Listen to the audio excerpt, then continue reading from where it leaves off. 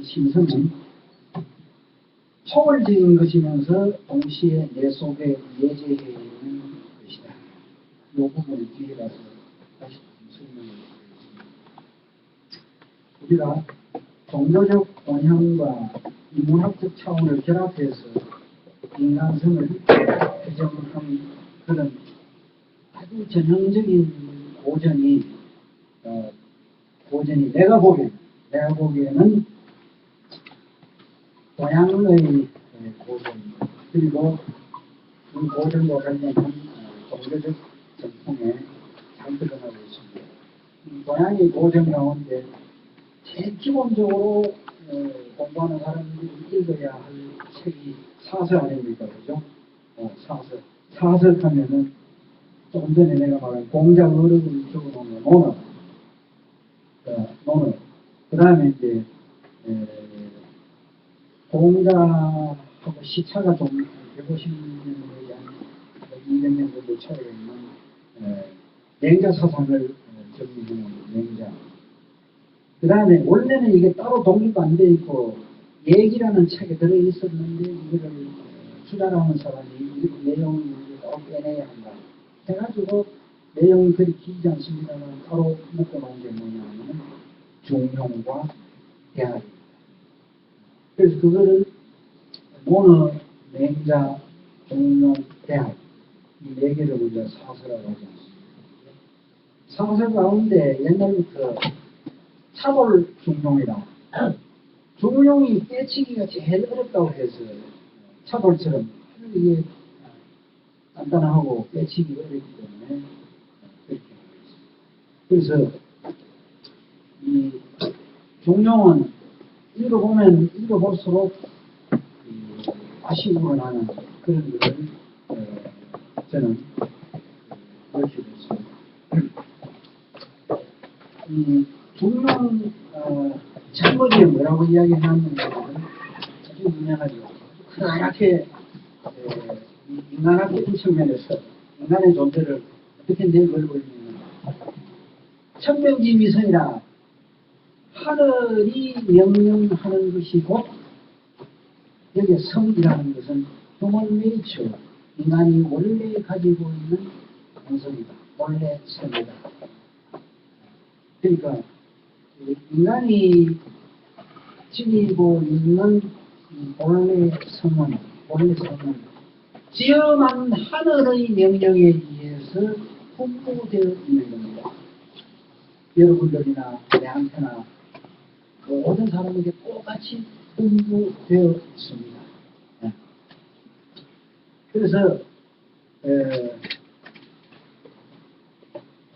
여기서 우리는 하늘의 지엄한 명령으로서의 천명, 우선 이거 보니까 여기서 전법으로 천명이라고 얘기했습니다. 하늘의 명령. 이 천명이 인간의 human nature, 본래성에 따르는 성령으로, 본래성이 시키는 대로 하는 성령으로 이어지고 있습니다. 그래서 두 번째 문장에 천명지비선 내 드러나는 두 번째 문장에서 뭐라고 하냐면 소성, 그 본성이 시키는 대로 하는 게 곧 이른바 도다. 사람이 마땅히 가야 할 길이라고 하면 딴 게 아니라 이 본성이 시키는 대로 살아가는 그게 바로 도다는 거예요. 그래서 이 성에 따르는 것이 곧 우리가 마땅히 가야 할 길, 타오, 도다.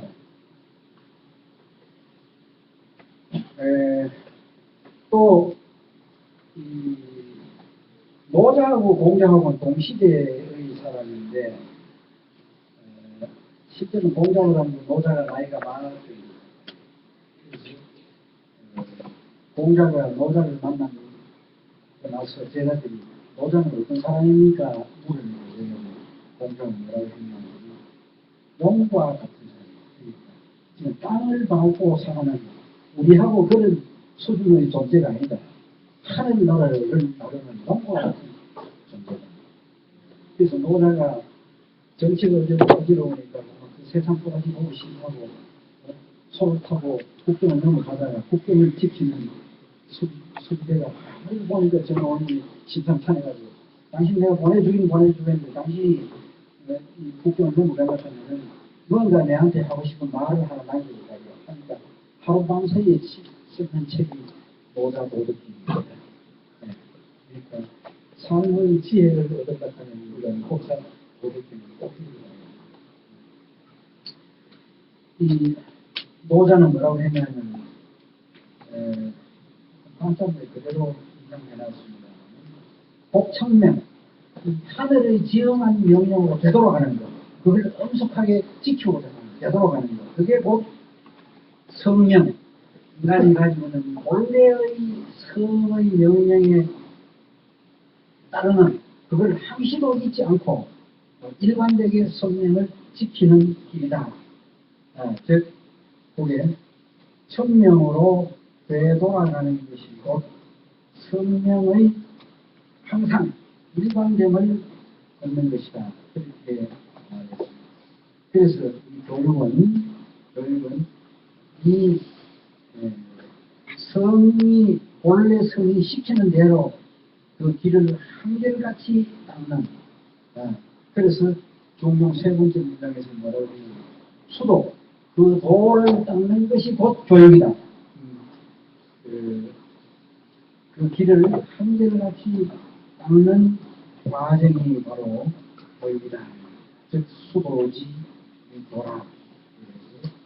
그러니까 인간 교육이 있어야 하는 원래 자리가 어디로 올라가야 합니까?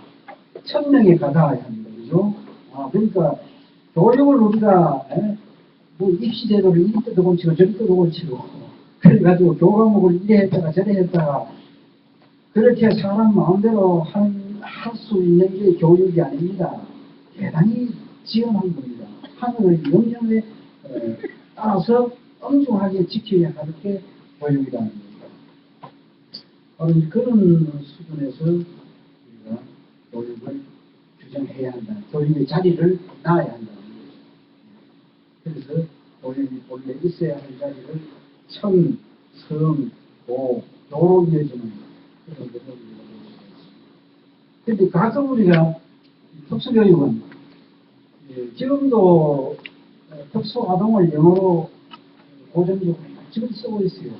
exceptional children, 예외적으로 제외하는 우리 특수교육 쪽에서 일반적으로 가장 많이 익혀지고 있는 학술 저널 잡지 이름이 지금도 있습니다. exceptional children, 미국 CBC에서는. 그리고 그 exception이라는 말은 뭡니까? 가로밖에 내놓은 아이다. 그 이야기입니다. 아주 잘못된 용어입니다. 특수교육은 결코 예외적인 교육이 아니죠. 교육 중의 교육, 교육의 구실에 있어요. 복판이 있어야 되지. 교육에서 가로밖에 있어야 하는 그런 교육이 아니다는 거예요. 그래서 모든 교육처럼 특수교육은 시험한 하늘의 명령에 의한 것이죠. 그래서 조금 전에 이야기한 것은 이 마음대로 교육을 이리 바꾸고 저리 바꾸고 해서 될 일이 아니냐는 바로 이런 측면에서 우리가 인간학적인 측면에서 인간학적인 관점에서 특수교육을 어떻게 재정립할 건가 하는 것을 고민해 봐야 하는 겁니다. 그 다음에 이제 단락을 바꾸어서 바로 이런 인간학적인 그런 기반 위에서 그런 바탕 위에서 이제 장애인의 문제를 다루는 장애학을 생각해보자 하는. 그리고 기시는 내가 보기에 장애학이라는 게 기시는 바로 이런 휴머니틱한 인간학의 연장선상에서 이런 장애학 반론이 나오게 됩니다. 그래서 잘 알다시피 장애학에서는 인권의 주체로서 장애인 당사자 중심성을 강조하죠. 그래서 거기 에서는 장애학에서는 장애 당사자 배제 불가 원칙, 영어로는 nothing about us without us, 우리 빼놓고는 우리에 의해서 가타부타 이야기 함부로 하지 마라. 우리 문제는 우리가 중심이 돼서 우리가 주체적으로 문제를 풀어간다. 그러니까 어떻게 보면은 의사라든지 재활 전문가라든지 내 같은 특수교사라든지 이거는 제3자다. 이렇게 자기 중심성을 강조합니다. 그래서 최근에 이런 장애학의 영향을 받아서 우리나라에서 구체적으로 장애학 담론이 활발하게 최근에 생성되고 있어서 대단히 다행스럽다는 생각을 했습니다. 지난 가을에 나는 장애학과 관련해서 두 권의 대단히 뜻깊은, 가을은 역시 격식의 계절이어서 좋은 책이 손에 잡히더라고요. 두 권의 책을 읽었습니다. 그 가운데 하나가 뭐냐 하면은 제가 소개하고 있습니다. 대구대학의 사회복지과 조한진 교수 알죠? 조한진 교수가 중심이 돼가지고 거기에 전부 장애학 하는 사람들입니다. 영국에서 공부한 강민희 교수, 독일에서 공부한 영남대학의 재훈, 일본에서 공부한 조원일, 일본에서 공부하고 있는 박진남, 전지혜, 정지경, 이런 사람들하고 있습니다. 이 사람들이 공동 주소한 책이 뭐냐면 한국에서 장애학하기. 그러니까 장애학에 대한 책들이 지금까지는 우리나라에서 들어보긴 봤지만 그게 몇 개가 전부 외국 것을 번역해 놓은 건데, 우리나라에서 제대로 장애학을 공부하는 사람들이 책장처럼 한국에서 장애학을 어떻게 할 건가 이런 측면에서 장애학 담론이 소개되었다라는 점에서 이 책을 그리고 이 책을 쓴 사람들이 스스로 한국 장애학 연구회를 결성해서 설립했습니다. 결성해서 그것을 이끌어 나갈 일꾼들인데 아마 우리 특수교육하고 재활복지법하고 서로 학제적으로 서로 협력해서 공부하는 데 대단히 훌륭한 그런 얘기가 굉장히 그 다음 또 하나의 책은 뭐냐면은 이런 본 사람이 있는지 모르겠는데 나는 이 책은 나오면 금방 내가 인터넷으로 주문해서 있습니다. 우리나라에서 장애인 운동을 앞장서 이끌어온 박종석 교장 먼저 박종석 모델야학 교장 지금이 나는 더 행복하다. 박종석 교장 하면 우리나라 장애인께서는 장애인 운동권 대부로 벗어놓고 앞장서서 투쟁하는데 정말 노무현 대통령 때 청와대까지 들어가서 노무현 대통령 앞에서 딱 펼치고 그렇게 하니까 유시민이가 그때 보건복지부 장관한테 기함을 하고 그걸 했는데 그래서 노무현 대통령이 그 기질을 가지고 좀 놔둬봐 그 사람 이야기 들어보자 그런 해프닝이 있었습니다. 이 사람이 행복하는지 모르겠어요. 지금 알게 되는 거예요. 지금이 나는 더 행복하다 하는 책을 읽었습니다. 이 사람은 모르는 사람들이 있어서 소개를 합니다. 대구 사람입니다. 1960년 대구 태생으로 대학 다니는 그 행글라이드 거기에 참여했다가 수락해가지고 경주에서 하반신 마비 장애인이 되었습니다. 박 교장 표현에 의하면 사고 후 5년 동안은 집구석에 처박혀서 혼자 자살까지 생각하다가 94년도에 장애인 운동에 뛰어들었습니다. 모든 야학을 만났습니다. 그렇게 하는 박경석 교장 이 책 서문에서 모든 야학 20년 동안에 저희가 살아가고 느낀 것을 설명해서 발표하고 있습니다. 내용을 읽어보시고 그렇습니다. 요건 내가 이제 박정수 씨가 얘기해놓은 게 나름대로 해석합니다. 세상은 시간의 흐름에 따라 그냥 흘러가는 듯하지만 세상의 변화는 장애인 당사자의 특히 장애학의 입장에서 볼 때는 당사자의 투쟁의 산물이라는 게 그냥 있어가 절대 뜻하지 않습니다. 네. 특히 오랜 역사 동안에 그런 영향이 축적이 되고 문명화된 사회에서는 제도가 그래 할는지 모르겠지만 아직까지 우리나라는 그런 수준에 가 있지 않기 때문에 그런 투쟁의 산물이라는 게 장애학의 입장입니다. 장애인 스스로의 참여를 통한 삶의 여백을 기구석에 처박혀있는 여백을 채워가는 게 장애인 운동이다. 그래서 그 삶을 채워나가는 것은 장애인들에게는 공부이자 운동이자 투쟁이다. 그래서 모든 이야기였으면 대구에서 지나가는 이야기였습니다. 내가 그래도 연세기 한 10년 동안 지도하는 이야기 보다 먹었을 것입니다. 지금 장애인 양학에서는 공부 이꼬르 운동. 그래서 공부 이꼬르 운동은 달리 말하면 우리식으로 말하면 알미 곧 삶으로 연결됩니다. 알미 삶으로 연결됩니다. 그런 것을 의미합니다. 종용에서 앞에 이야기한 종용에서도 알미 삶으로 연결되는 전형적인 요즘 말하는 지식인의 모습을 그렇게 사는 과정을 5단계로 이야기하는데 조금 더 설명하면 첫 번째는 박학, 두루 배워야 한다. 우리 평생 배워야 한다. 학습하는 존재. 그 다음에 배우는 과정에서 자꾸 질문할 줄 알아야 한다. 신문, 자세히 물어야 한다.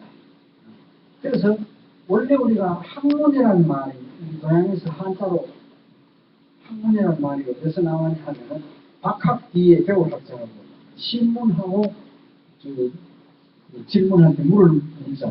그래서 학문이라는 말이에요. 그 학문은 배우고 묻는 게 학문입니다. 대학, 크게 배우는 것이고 그리고 제대로 된 질문을 하는 것이 대학입니다. 안녕하십니까? 물을 줄 아는 게 대학생입니다. 그리고 이제 그 세 번째가 신사, 생각이 질문을 제기해서 자꾸 거듭 생각하다 보면 생각이 가지런히 정리가 되겠죠. 물이 파고 일어나다가 바람이 자면 잔잔해지듯이. 그래서 퇴계선에는 그런 상태를 여기서는 종로에서 신사라고 합니다. 잠시 자득, 마음을 고요하게 가라앉혀서 생각을 거듭하면 스스로 얻는 바가 있다. 그래 된 연후의 네 번째 단계가 뭐냐면 명정, 말이면 말, 글이면 글, 명백하게 명쾌하게 표현해야 한다는 겁니다. 그러니까 나도 지금 강의를 하고 있는데 나도 어성부리하게 잘 정리되어 있지도 않는 상태에서 내가 이거 강의하면은 나도 어중간한 상태인데 여러분들한테 전달될 리가 없습니다. 확실하게 내 것으로 이해되고 내 것으로 되어 있는 것만이 명백하게 말로 표현될 수가 있습니다. 그것도 마찬가지예요. 뭐 어떤 걸 읽으면 무슨 말인지 모르겠지. 그거는 썼는지도 몰라요. 말이든 글이든 다른 사람이 듣고 읽고 확실하게 이해될 수 있게끔 해야 한다. 그게 명절입니다. 나도 읽어주도 안 하고 지 연구적으로 올리는 논문도 안 쓰고 어느 읽어주고 후하게 읽어주고 인용을 해주고 도움이 돼야지. 그렇게 하려고 하면 명쾌하게 정리가 돼가지고 설득력 있게 맥혀 들어가야 한다. 요 4개까지는 알무의 단계. 그 마지막에 뭐라고 했냐면 폭행. 행하기를 힘써라. 지행하기. 그러니까 아은이 삶으로 연관되어 있다.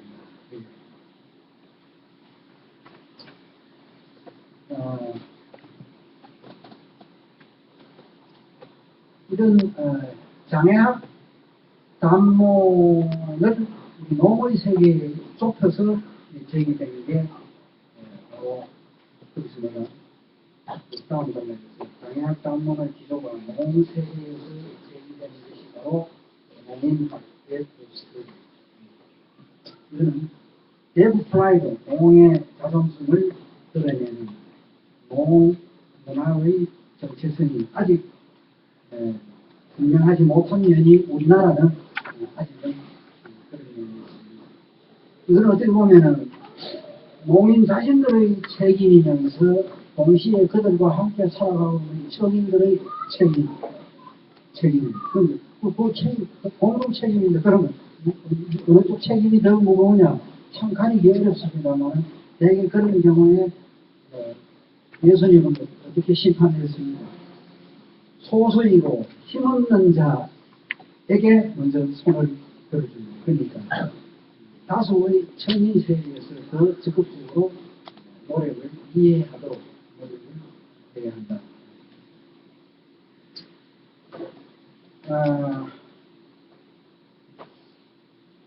최근에 이 농학의 관점에서 우리나라에서 번역설이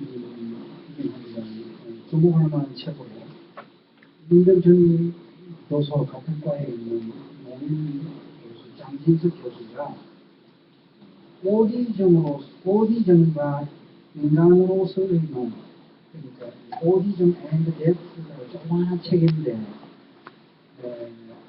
장진석 교수가 세계 농인주의라는 책을 해가지고 거기서 이 책을 보고 굉장히 자기가 감명을 받아가지고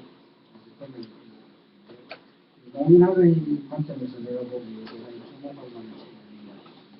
오디즘이라는 걸 잘 알다시피 듣기를 중시하는 청농 혹은 청각학 정신의 입장.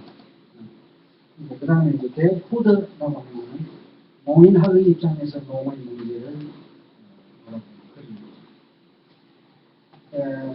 이 책에 대한 소개를 읽어보겠습니다. 내가 필자가 보기에 이 책은 우리나라에서 농인의 입장에서 농의 문제를 부각시키는 것을 봅니다.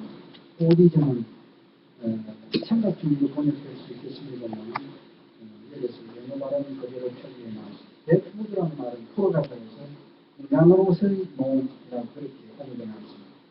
아마 내가 보기에 장 교수 나름대로 고심 끝에 이렇게 번역하지 않았는지.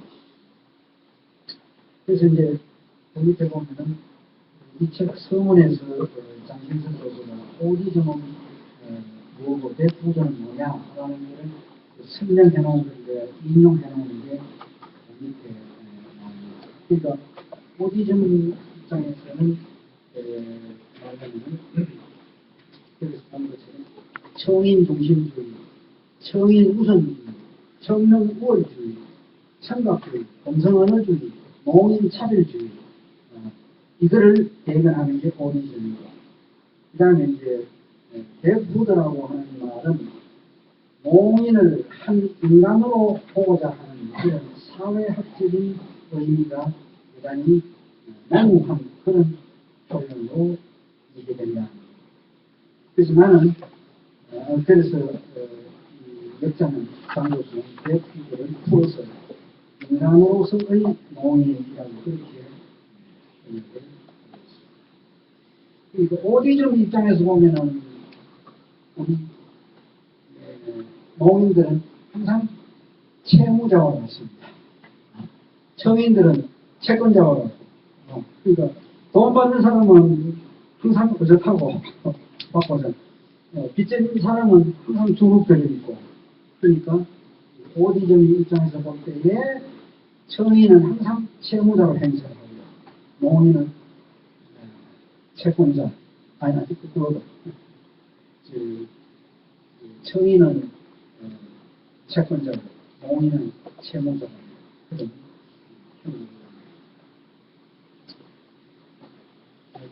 그 말을 그 밑에 내가 문장에 그렇게 말하는데 그래서 오디즘은 장애와 비장애의 이분법을 두 개를 딱 나누어서 이야기합니다. 그걸 분명하게 드러내고 있지만 대부분이라는 말은 그렇지 못하는 것은 장애가 아니라 단지 개인적, 사회적 나의 차이, 디퍼런스. 어떤 때는 개인차가 있듯이 그런 차이 문제로 인식할 뿐만 아니라 그 내면에는 농문화와 농드라이브를 강조하고 있습니다. 그래서 하나의 공동체로서 농민 공동체의 사회학적 정체성을 원론적으로 수용하는 것을 강조하고 있습니다. 우리가 이웃이라고 할 때 네이버후드라는 말을 쓰죠. 그죠?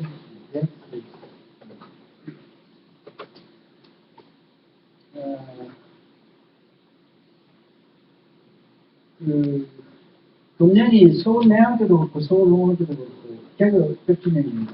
어떤 일에서 그러냐면 재생원 조선 총독부 산하의 재생원에서 그 내화부를 개설한 게 1913년이니까 금년이 작년이죠. 작년이 딱 100년이 됩니다.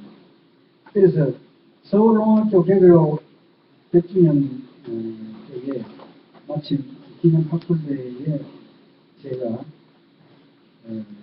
청각장애 교육의 동향과 발전이라는 큰 주제를 서울농학교에서 드러납니다.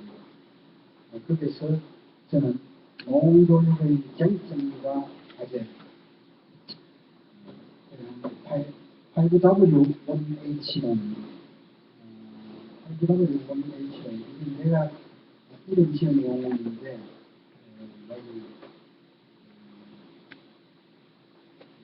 why, who, what, where, when, or, how, 방법. 이거 이야기하는 농교육 전체를 거기다 중요한 쟁점을 다 이야기했습니다. 이 발표 말미에서 제가 오늘 여기서 이야기하는 농민학에서 본 한국 농경의 과제가 뭔가 하는 것을 제기를 했습니다. 그리고 서울농학교의 장진건이라고 하는 농교사죠. 농교사가 서울농학교 어제 오늘 내일이라고 하는 주제로 발표를 쭉 열성적으로 하는 것을 보고 굉장히 장학스럽게 생각했습니다.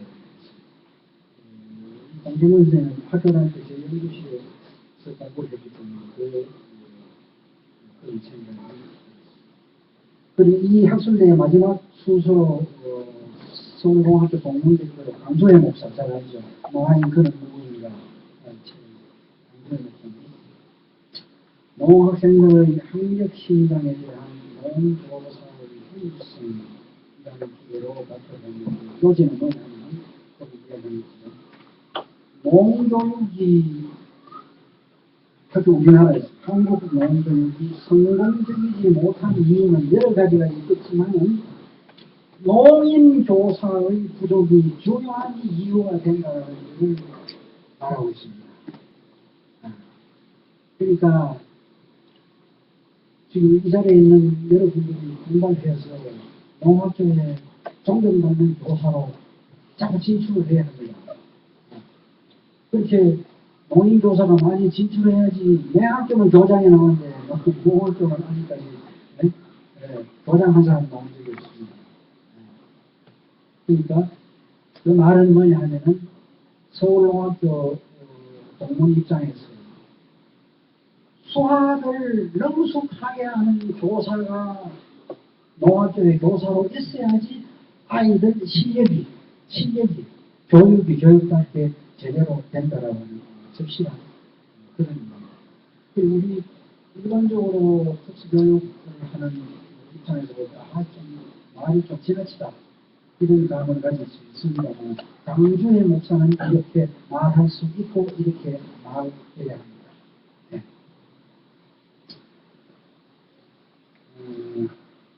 그 다음에 또 최근에 농민학의 관점에서 한국농아인협회가 중심이 되어서 송화교범법 제정 임경천 교수 지금 어느 정도 와 있습니까? 이게. 무슨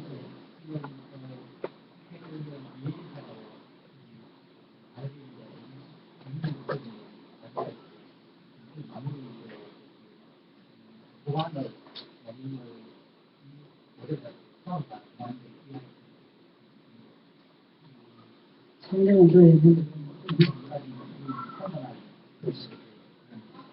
통과를 해봐야 우리가 확실하게 알 수 있겠습니다. 벌써 1년 전부터 그렇게 해서 지금 거의 마지막 단계에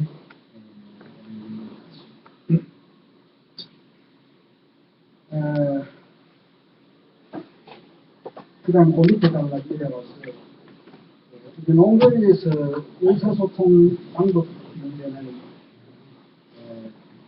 토tal 커뮤니케이션 접근에서 보는 것처럼 냐냐주의, 냐냐하는 이드오와 이거냐 저거냐 그게 아니라 보고서 이것도 저것도 필요에 따라서 두고 활용하는 보도주의를 지향하는 게 온당하다. 그렇게 그래서 심지어 노동자녀 정체성을 존재하는 정보 가운데는 자녀에게 인공아웃 이식수술을 받게 한 다음에도 그 자녀에게 수호를 익힐 수 있는 기회를 제공해주는 거라고 있습니다. 초민 세계도 어울리고 모인 세계도 어울리고 유로리 새끼 뭐냐 여기도 아니고 저기도 아니고 그래서는 안 되거든요. 그래서 보도주의. 그 다음에 마지막으로 모임에서 본 수어와 수학입니다. 쉽게 나옵니다.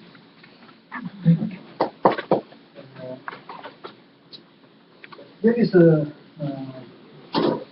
농인학을 인간학적인 관점에서 농의 이해와 관문이라고 규정하고 인간학은 인간 존재의 내면 이해와 그 이해를 바탕한 상호 초관적 해석을 제시합니다. 그리고 그 해석은 종종 기존의 입장을 따르기보다는 비판적인 입장을 배제합니다.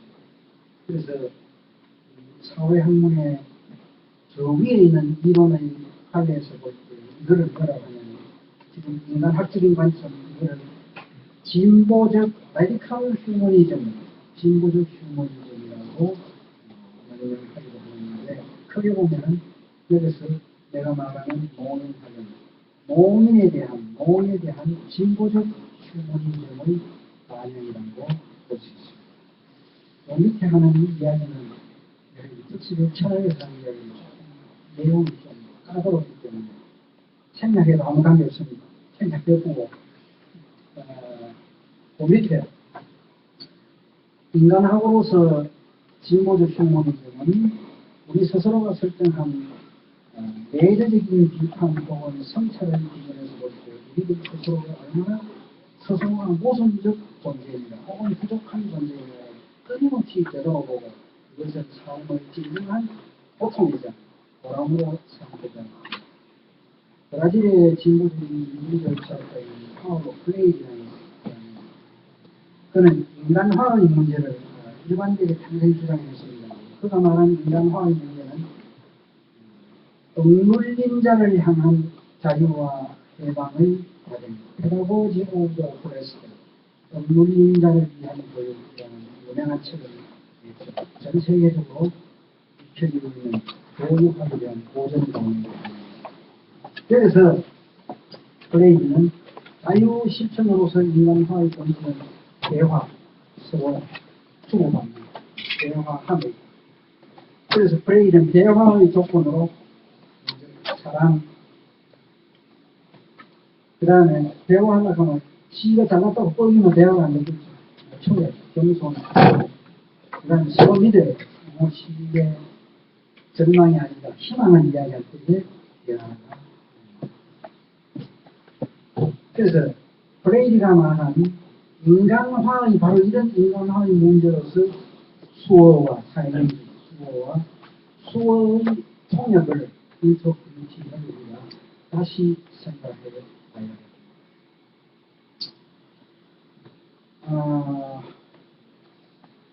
한 단락 건너겠습니다. 소화 통역을 우리가 영어로 interpreting이라고 하죠. 그죠? 왜 translating 번역한다는 translating이라는 말을 쓰지 않고 interpreting이라고 할까요? 소화 통역은 잘 알다시피 단순히 음성언어를 시각 언어로 혹은 시각 언어를 음성언어로 옮기는 그런 게 아니라 의미를 해석하는 거예요. 그래서 선생님 소화 통역하고 있으면 고한 집중력과 순발력을 요하는 겁니다. 굉장히 전문적인 일입니다. 그죠? 그리고 소화 통역은 의미 전달과 더불어서 감흥, 고개를 끄덕끄덕하고 맞아 이렇게 감흥이 함께 따라붙어야 됩니다. 그 감흥은 대부분 소화 통역에서 표정으로 나타납니다. 이분들 교수가 몇 년 전에 논문에서 대부분 소화는 사인으로 전달되는 게 아니라 소화하는 사람의 표정에 의해서 감흥이 왔다 갔다 해가지고 소통되는 게 훨씬 더 많다고 했습니다. 많이 기억할 그래서 여기는 저는 여기서 인간을 기린 측면에서 보면 내면적 배움으로 표정도 표정이지만 그것도 내면적 배움으로서의 감흥을 문제입니다.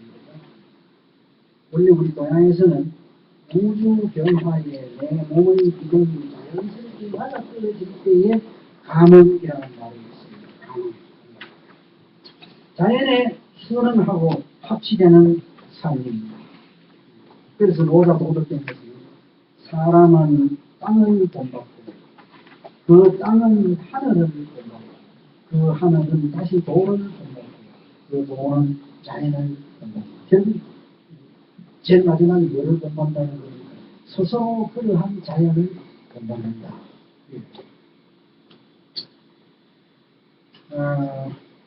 그걸 설명해 놓은 게 그 밑에 나옵니다. 다음 단락에 수화는 수어로 소통하는 것. 진정한 의미에서 소통은 쌍방소통, 서로 주고받는 원행이 가는 거죠. 그래서 노인의 수어의 수화 통역사가 감흥하고 마찬가지로 수화 통역사에게 노인의 감흥하고 보석작용이 동시에 왔다가 갔다가 하는 상황이 연출이 됩니다. 그 상황은 바로 사람과 사람, 인격 대 인격의 만나는 때에 자칫 농인학의 관점에서는 일반적으로 농인에 대한 처인들의 이해와 감을 강조하기 쉽죠. 그러니까 배제불가 원칙이 우리 외에는 우리에 대해서 간섭하지 마라 이렇게 하면은 그게 자기도 모르는 사이에 농인 스스로가 농인 세계와 청인 세계를 이분법으로 갈라놓게 됩니다. 그렇게 해서도 안 되겠고 또 소아 통역사를 포함한 우리 청인의 입장에서는 농인들이 청인들의 입장에서 잘 감흥해주지 못하는 것을 지식은 사실은 아쉬워하는 면이 없잖아 있죠. 역지사지로 이걸 서로 줄여나가야 한다는 겁니다. 감흥이 아니라 감흥하지 못하면은 불통이고 불통이면 막히고 막히면 굳어지고 굳어지면 그게 편견이 된다. 그래서 내가 보기에 이게 계란이 뭔지 달기 뭔지 말씀합니다. 청인의 농인에 대한 편견이 문제인지 또 농인의 청인에 대한 편견이 문제인지 가리기가 어렵습니다. 하지만 아까 말한 정의의 자스티스, 정의의 원리에 비춰서 볼 때에 유리한 지위에 있는 쪽이 불리한 처지에 있는 소수의 사람에게 역지사지 그 사람의 입장에서 생각합니다. 그런 여거름을 가지는 것이 공감합니다. 노무현 대통령이 북한에 가가지고 갑자기 김정일이 이 합판 더 자고 하겠어요. 왜 그렇게 했는지 압니까? 갑자기 말이 안 풀려가지고 노무현이 답답해가지고 내가 역지사지로 김정일의 처지를 내가 10분 고려해서 임해봐야 되겠다. 그래 마음 먹고 가서 NLL을 이야기하다 보니 지금 얘기하는 식으로 정부 여당에 들거나 절대 본인은 그런 게 아닙니다. 본인은. 그러니까 역지사지로 그러니까 김장희가 이 사람은 나를 알아주는 사람이구나. 이게 딱 와닿으니까 이게 바로 더 잘 와요. 이렇게 해야지 이게 얘기가 통하니까요. 제가 보기에 수화통역사는 농인세계와 청인세계 역지사지로 상호 이해의 폭을 넓혀가게 하는 그런 다리 역할을 과거 가변 역할을 수행하는 것이 중요한 적이라고 합니다.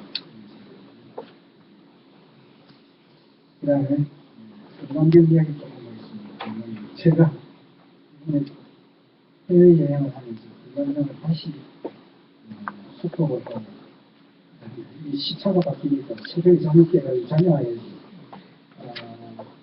그거를 내가 막 혼자 총을 하고 독송을 하니까 그렇게 마음이 편해요. 읽으면 읽을수록 요새는 마시고 이 건강경에는 본래 중생은 중생이 아니다라고 했습니다. 모든 중생은 본래 부처의 씨앗을 지니고 있습니다. 일체 중생이 본래 부처다. 중생이 아니라는 말은 중생이 곧 부처다. 우리 이 자리에 있는 모두가 곧 중생이 아니라 중생이기 때문에 곧 부처다. 그래서 농인은 농인이기 이전에 본래 신비로운 인간 존재입니다. 농인은 듣지 못한 것 외에는 모든 인간과 조금 다르게 있습니다. 그래서 모든 농인은 본래 부처입니다. 그리고 모든 농인은 예수처럼 자신의 십자가를 당당하게 감당하는 그런 부처로 뚝뚝 서야 합니다. 자꾸 자기 십자가를 딴 사람이 지도록 그렇게 갖다 놓기는 안 됩니다. 자기 십자가를 자기가 지고 일어서야 합니다.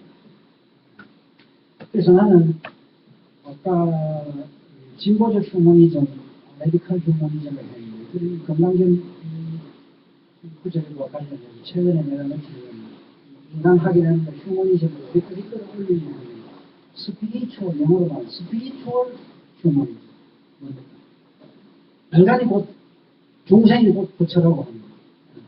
영적 존재로 인간을 이성적 존재에서 감성적 존재에서 더 한참을 올려서 영적 존재로 끌어올려서 보는 그리고 그렇게 되고자 노력합니다. 우리나라의 유명한 유영모 선생이 그래서 우리말로 뭐라고 했습니다. 못나에서 제나로, 제나에서 을라로 거듭나야 한다. 그래서 부자유친 그때 부는 하느님하고 내하고 그 밧줄을 잡고 유친 가장 친해지는 그런 을라로 다시는 영적인 존재로 거듭나는 그런 사람이 됩니다. 그래서 내가 볼 때 인간학의 궁극 목적은 바로 이런 스피리추얼 휴머니즘, 영적 존재로 우리가 거듭나는 그런 이 자리에 있는 모두가 그런 수준에까지 가닿도록 노력해야 하는 것입니다.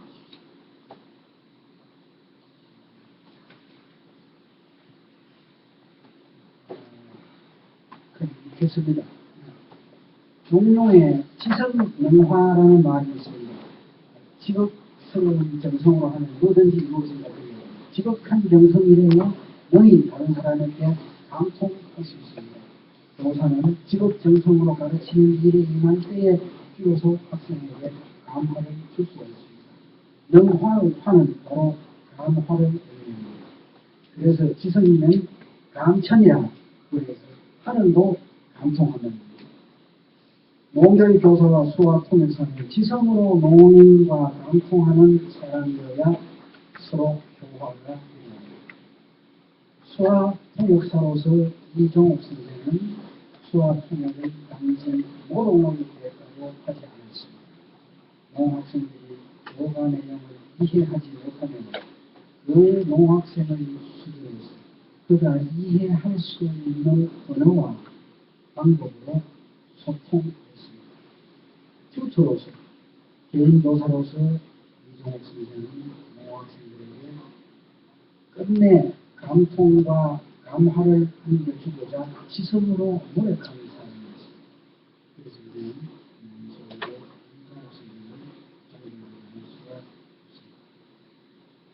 이정호 선생님, 제가 박사과정에서 지도한 마지막 박사였습니다.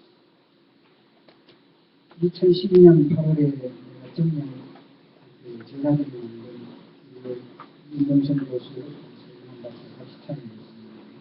교학의 예정이라는 사진첩에 이정호 박사가 사진 찍은 그것도 우선 내하고 찍은 사진이 없어요.